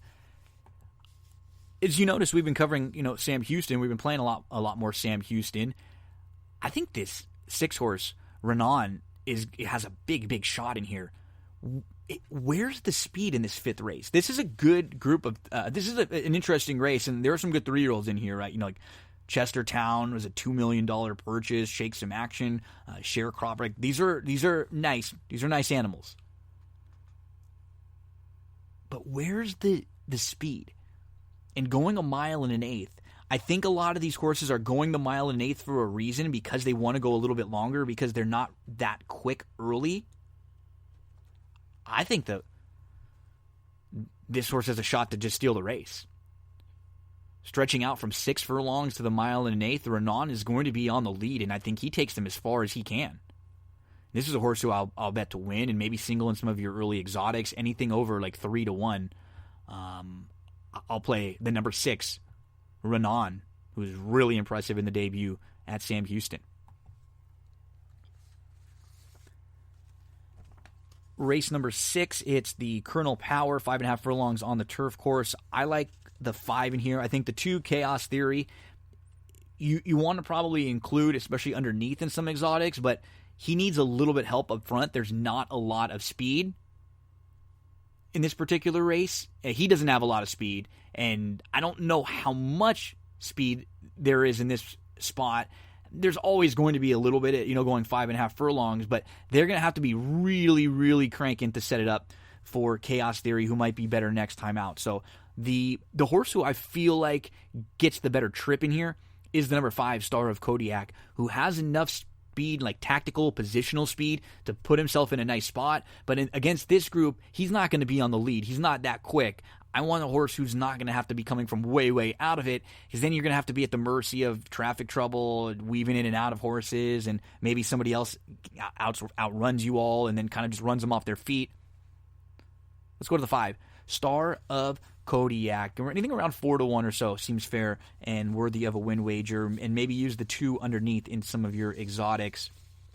The 8th race, I don't think you're going to be able to really play like anything on a win end, but I would put Mitchell Road on top of maybe some price horses in here if you can sniff them out. I just was extremely impressed with Mitchell Road's last effort. I picked her in a fantasy league, and she is generally a mare who wants to be, right on the lead or sitting very, very close. And she completely missed the break last time out. She was squeezed back right after the start. She was 10th.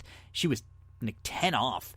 And she really relaxed nicely towards the back of the pack. She kept to the outside. She was 4 wide, making a bid at the top of the lane. She was up late for second. It was pretty impressive. And she's now proved that she can actually pass horses. You get a jock switch. Rosario jumps back aboard. He knows her pretty well.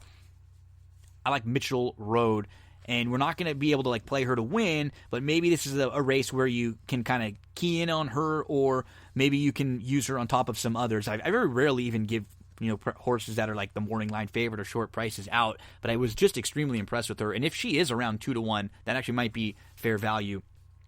Race number 9, in the mine shaft, Silver Dust is going to be really tough. I'm not trying to beat Silver Dust in any exotics or however you're approaching this race. He looks like he keeps improving. I mean, he never runs a bad race. His only poor effort was in the Ali Sheba that you can find is in the Ali Sheba at Churchill. Wasn't even really that bad. He was behind McKinsey, Tom's the Tot, Seeking the Soul came out of that race to win. It was just a good group.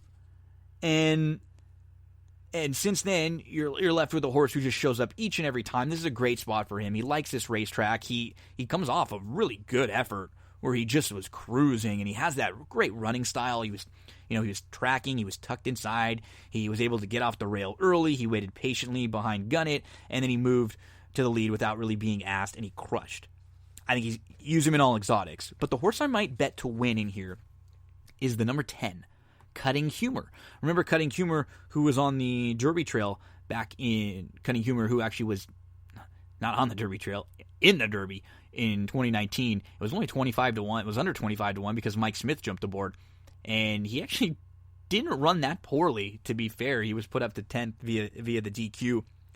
He then was off for the rest of 2019.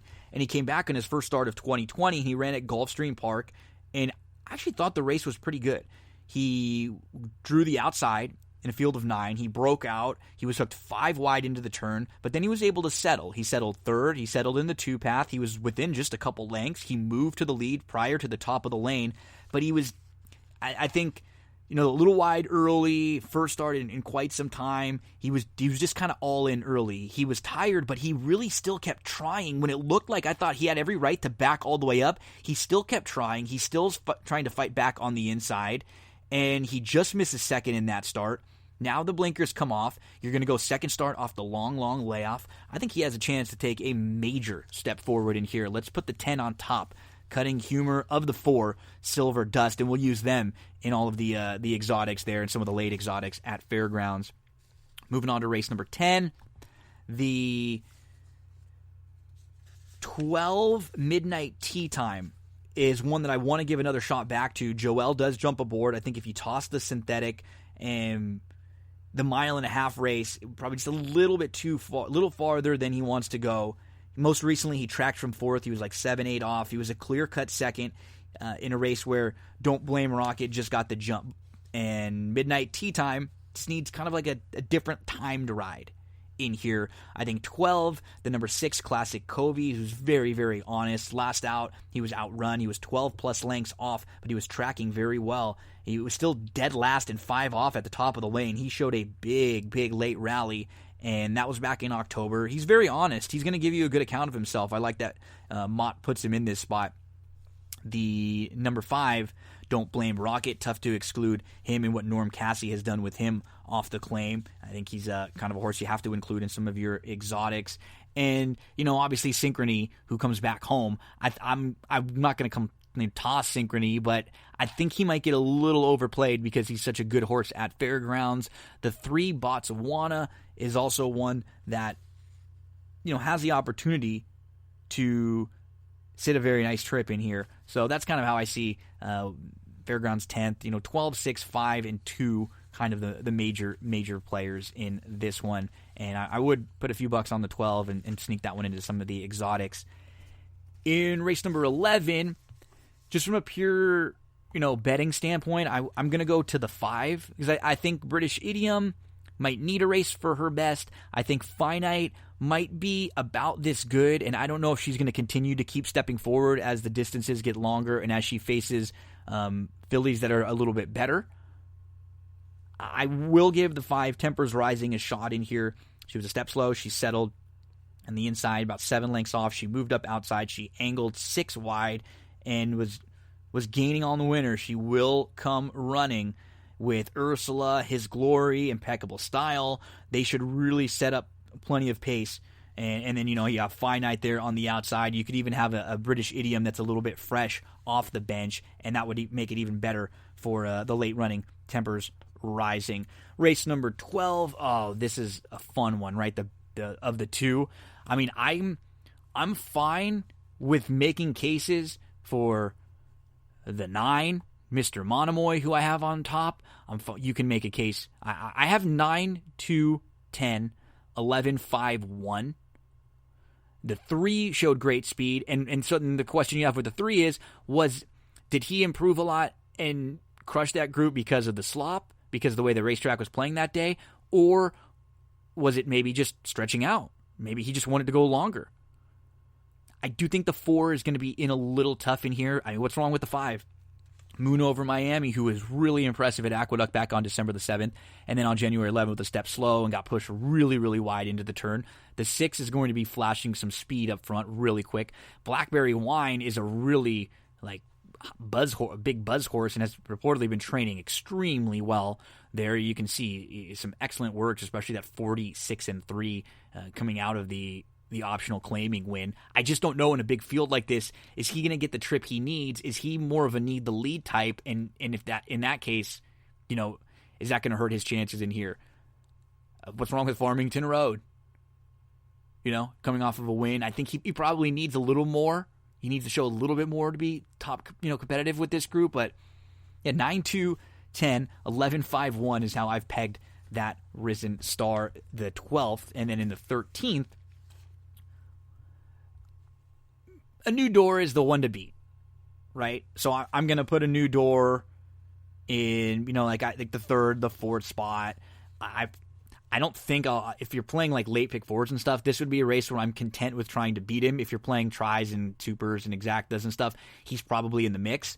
I have the 7 horse here on top. That's Major Fed. I love that January 1st win right here. He was a step slow from the outside. He was tucked in nicely going into the turn. He was in the 2 path. He was 5th. He was 3 off. He was in between horses, but he waited. He took back. He angled around. 4 wide bid from a length off at the top of the lane, and then he just crushed when he was set down for the drive. Very impressive. He seems really handy. He seems like a horse who has multiple gears. In his career debut sprinting, he was in the slop, and he hooked a horse named Gold Street, who's now won 3 races in a row, back-to-back stakes. I like Major fed in here. The 11 Mailman Money is 2 for 2. In his career debut, he beat Digital, who you see in race number 12. Mailman Money was most recently 3 deep into the first turn. He sat third. He was in the 2 path. He was 2 off. He was asked for some run. He loomed up, and he easily took the lead and kicked on. Very, very visually impressive. The 9 and Lens Map and A New Door I have kind of in my next tier. I have Lens Map. You can just kind of excuse that January 24th race, put a line right through it. Chasing Lone Speed on a speed-favoring track in the mud is just not an easy task. Sometimes when you're in second and you're chasing and you're really pressing, that's the toughest place to be. And then A New Door, multiple graded stakes plays, just beaten in the Breeders' Cup Juvenile. Again, another bang-up race, losing to the Baffert 1,000 Words. The blink's on. Does he need a race? He's kind of been a little quirky. It seems like he's had every opportunity to go by. I mean, he's lost in good spots, but he does tower over this field as far as accomplishments and as far as like what he's done. The 3 Mr. Big News is another one I'm fine with making a case for. In his career debut, he was sprinting. You could toss that race, and he hooks. He's behind Gold Street, who comes out, finishes second, and comes back to win a couple races after that. And then he hooks the slop in back-to-back starts in Churchill and at Fairgrounds.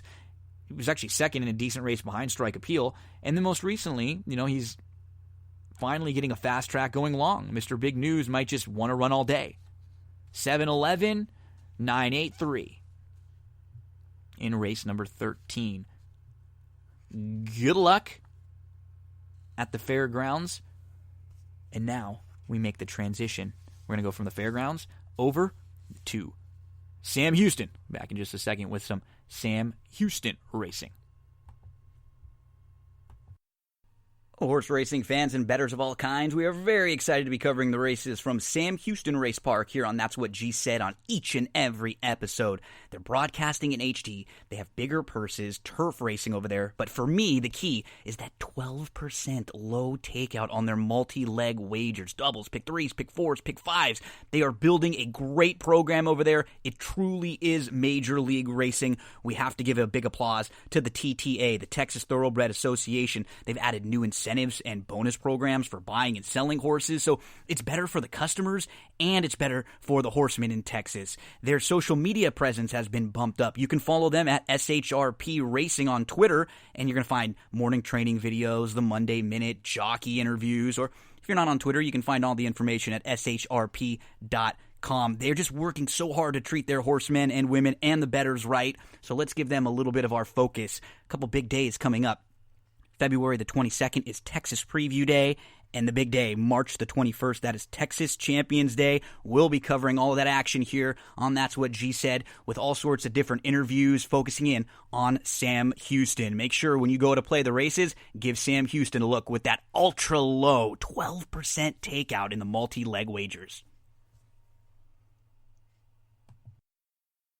Sammy Houston, Saturday, February the 15th. Get your past performances out for Saturday. First couple races are Arabian, so I'm not going to dive into those ones. I just don't really know the horses all that well, and I'll save the bullets for races 3 and on. So let's turn to race number 3 on Saturday. I'm going to use a couple in here, so let's play a pick 3 that you can play in this third race. And let's use the 3 and the 4. Nim, who was a pretty good runner-up last time out, behind a next out winner. And if you look at some of the races that he comes out of, they're actually very productive. He's been behind a lot of horses who have come out of those races and have performed very well. Most recently, he was mid-pack, he was 7th, he was in a big field, he was inside, he was within 5, he angled in between and around, and it was a really solid clear-cut second on January the 10th. I think just a repeat of that performance makes him really tough in here.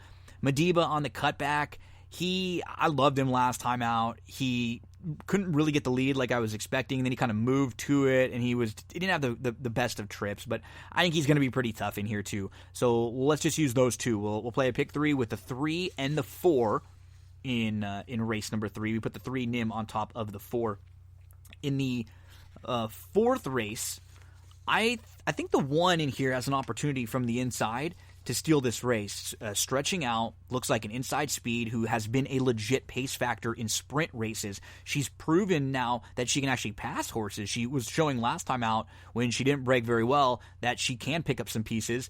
There is not a ton of speed in this race. You move up and down here. Who's going to be quick enough to compete with Sherry Babe early on? Maybe the 8, Boundless Joy. But I think if Boundless Joy ends up pushing Sherry Babe, then it will likely set up for your 5 and your 7. So I feel like the 1, 5, and 7 probably will get you through this 4th race here with the 1, Sherry Babe, as a horse that we can make a win wager on if we get 6, make about half of what she is, with the opportunity for her to get out front and get Brave from the rail. Race number 5, we're going to use 3 horses to close out this pick 3, the 3rd race that we'll start. And we'll take a shot against the number 5, Giles, who will be the heavy favorite in here. We'll use the 7, 8, and 9. The 9, Big Egypt, was claimed for 7,500, then stepped up and beat Maiden Special Weights going along on the grass. But we know this is one who's actually run decent going along on the main track. So I'm going to give Big Egypt a shot in here. I think the 7, Shield Fire, with the blinkers on, has the opportunity to show a little more speed than he showed in his last few. I think he will be right up on the pace. And then we'll be using the 8, Uncorked Humor, who's another one who's going to be probably the one to catch when Shield Fire will be kind of pressing. I think that's where he's at his best, when he's able to sit right behind a target. So I'm expecting Uncorked Humor to go. Shield Fire going to be a little bit closer right behind, and then the 9, Big Egypt, trying to mow them all down late. We'll take a little swing against Giles, who nothing, logically has every opportunity to beat this race. You see Dobie in the running lines who came back and won the other day. But when you set it up, you got to go race by race, and you can't go favorite in all of the exotics. Like, there have to be some races where you're chucking out a couple of the low price top contending horses, because otherwise you're just not going to ever make enough money for it to be worth it. Okay, 6th race. It looks like the one after Red Sun is the one to beat. Just off that Remington Park form, 2 and 3 starts back. You can make an excuse for the most recent race where she on January the 29th, where it was taken off the turf. I do think the 2, as far as what the turf is concerned, is the most likely winner in here. I like Little Code. I'm going to make her my top selection. If we can get 3 to 1, I'll make a win wager on her. She was behind, much better. You look at Zofel, and you see Quinn Murphy, who she was racing against, was just a lot tougher than the competition in this spot. So let's put the 2 on top.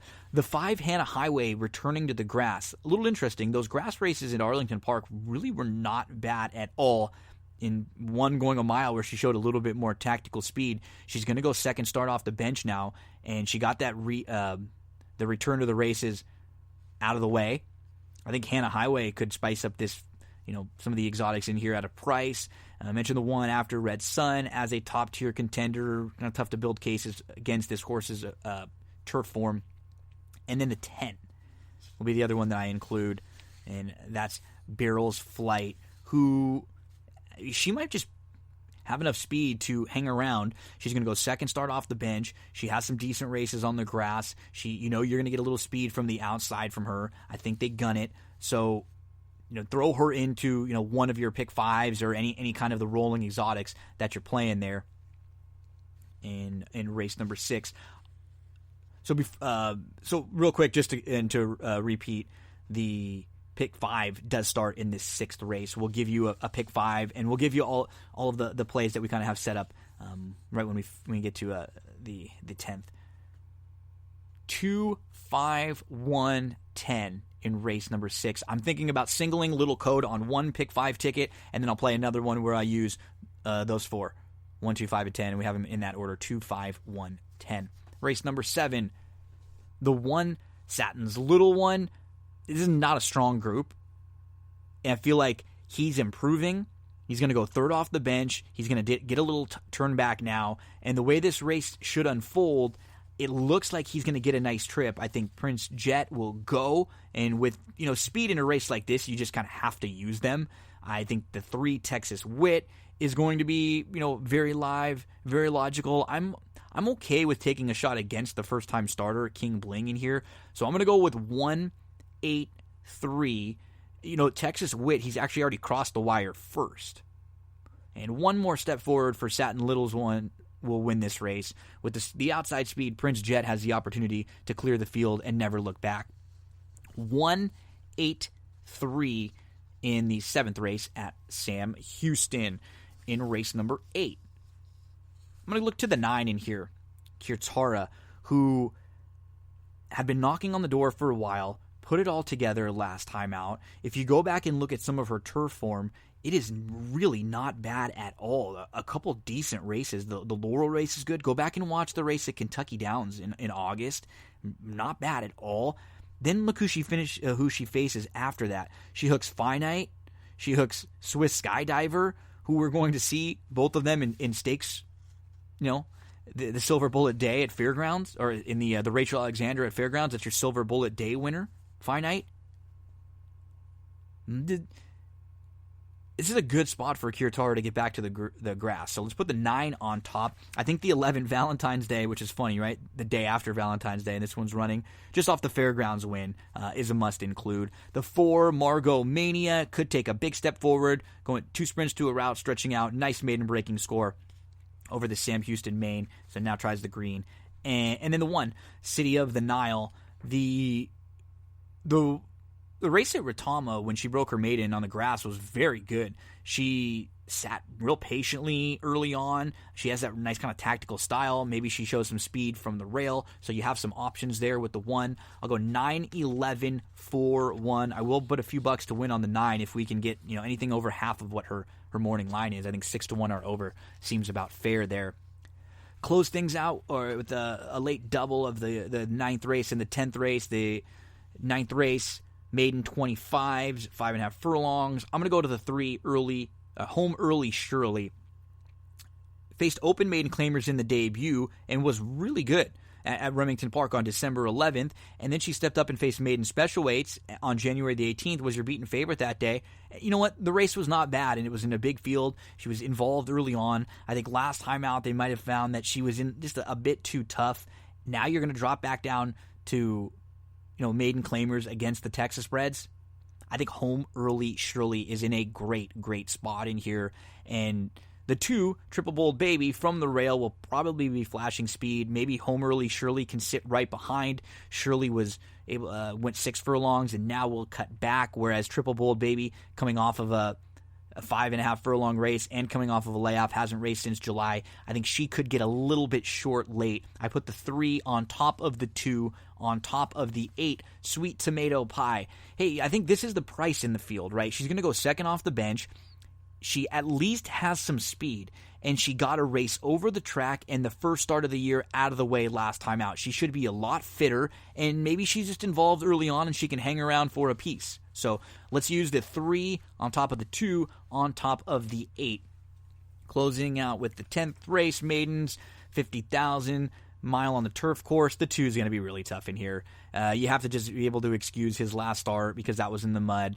Put a line through it. His career debut on the grass was a really good second at Remington Park. The 10-horse Geminator on the drop alone deserves some consideration. The 3-horse Clamorator, you have Geminator and Clamorator. Clamorator is a first-time gelding who came out of some productive races sprinting and now is going to stretch out. I imagine they're just going to wing it and see how far this one can go and try to get her out on the lead or sit real close in here. And then the 5, Clever Union, who dropping in class, should come running late. Clever Union, 2, 10, 3, 5 there. So some of the plays for me at Sam Houston on Saturday, we'll go with the 3rd race, pick 3, 3-4 with 1-5-7 with 7-8-9. Pick 3 that's races 3, 4, and 5. And then the 6th race, it's going to be a pick 5. I'm going to play a couple different tickets. I mentioned I always like to do a few different forms. That way, you can kind of hit a couple if the horses you like win, or you give yourself an opportunity to kind of key a couple different races. So we'll go 6th race, 2 with 1-3-8 with 1-4-9-11 with 2-3-8 with 2-3-5-10. Next pick 5 will be 1-2-5-10 with 138, with 14911, with 23, with 210. So you can see, if you're someone who can play on, if you want to play on just a really small ticket or a much smaller ticket, I could even give you one where it's 6th race, single to 2, with 138 in the 7th, with 4911 in the 8th, single to 3 in the 9th, single to 2 in the 10th. That's a really, really affordable pick 5, or if you want to just play pick 4s, pick 3s, doubles. Remember, all the multi-leg wagers, all the multi-leg exotics, 12% takeout. Horses to include in your exotics throughout the card. The 4th race, the number 1, Sherry Babe. The 6th race, the number 2, Little Code. The 8th race, the number 9, Kirtara. And the 9th race, the number 3, Home Early Shirley. Best of luck at Sam Houston this weekend, and we'll be back with more coverage of the Sam Houston racing on Wednesday for their next card after the weekend. Just going to get through your plays for the weekend.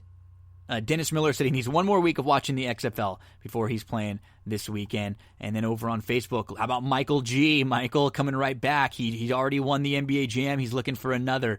He says XFL Seattle -3 over Tampa. Joe Q says for Sunday, Boise State upset San Diego to end their undefeated run. Okay. Randall Flagg's going to box 1, 6, 7, 8 in the second leg of the Risen Star Exactas, Tries, and Supers. Good luck, Randall. Tom Pogue, let's see. I'm playing. Nothing really. Tom's just having some fun. But shout out to you, Tom Pogue. Rob says Rob gave out like Nadal last week. Said it was an easy pick, but single nonetheless. This weekend, Team LeBron on the money line for the All-Star game. That is Rob Kasbrick. Rob, let me know if I'm butchering your name. Matt Zywatek, UNC to shock Virginia. Barney Rick Miller says NASCAR, but you got to get a little more specific, right? Let us know what in NASCAR. Peter Martini says the line hasn't. Maryland over Michigan State on the road. Couple of plays Saturday track-wise. Laurel Park, race 5, the number 5, Miss Marissa. Race 8, the number 9, Wicked Trick. Gulfstream Park, race 11, the number 4, Restless Rider. And at Fairgrounds, the 9th race, the number 8, Winning Number. Good luck, Peter. I like that, Peter. Giving us Maryland over Michigan State, and then some racing from Laurel, Gulfstream, and Fairgrounds. Bill says Ricky Stenhouse to win the Daytona 500. And Charles Stone says Dallas Renegades and the over. So if you ever wanted to come on a show, if you've ever wanted to, host a radio show, a podcast, or a segment, this is the perfect chance for you. Look around. Go follow me on Twitter. It's me, Gino B. Follow me on Facebook, facebook.com/Gino Buccola. And if you give us a winner, we'll give you a shout-out. If you give us 2 winners, we'll give you another. If you get us 3 winners, if you NBA Jam rules, you are on fire. You come back the next week, and we'll have you on here for a segment, just like you heard Michael earlier today. Thanks to Michael. Thanks to Jeremy. And thanks to all of you for listening. Make sure to subscribe, download, rate, and review anywhere you get your podcast. And share the show around, everyone. Have a nice Valentine's Day. I love you all. I wouldn't be here if it wasn't for all of you out there listening, downloading, subscribing. Thank you so much. I appreciate that. So we'll be back next week with plenty more on That's What G Said.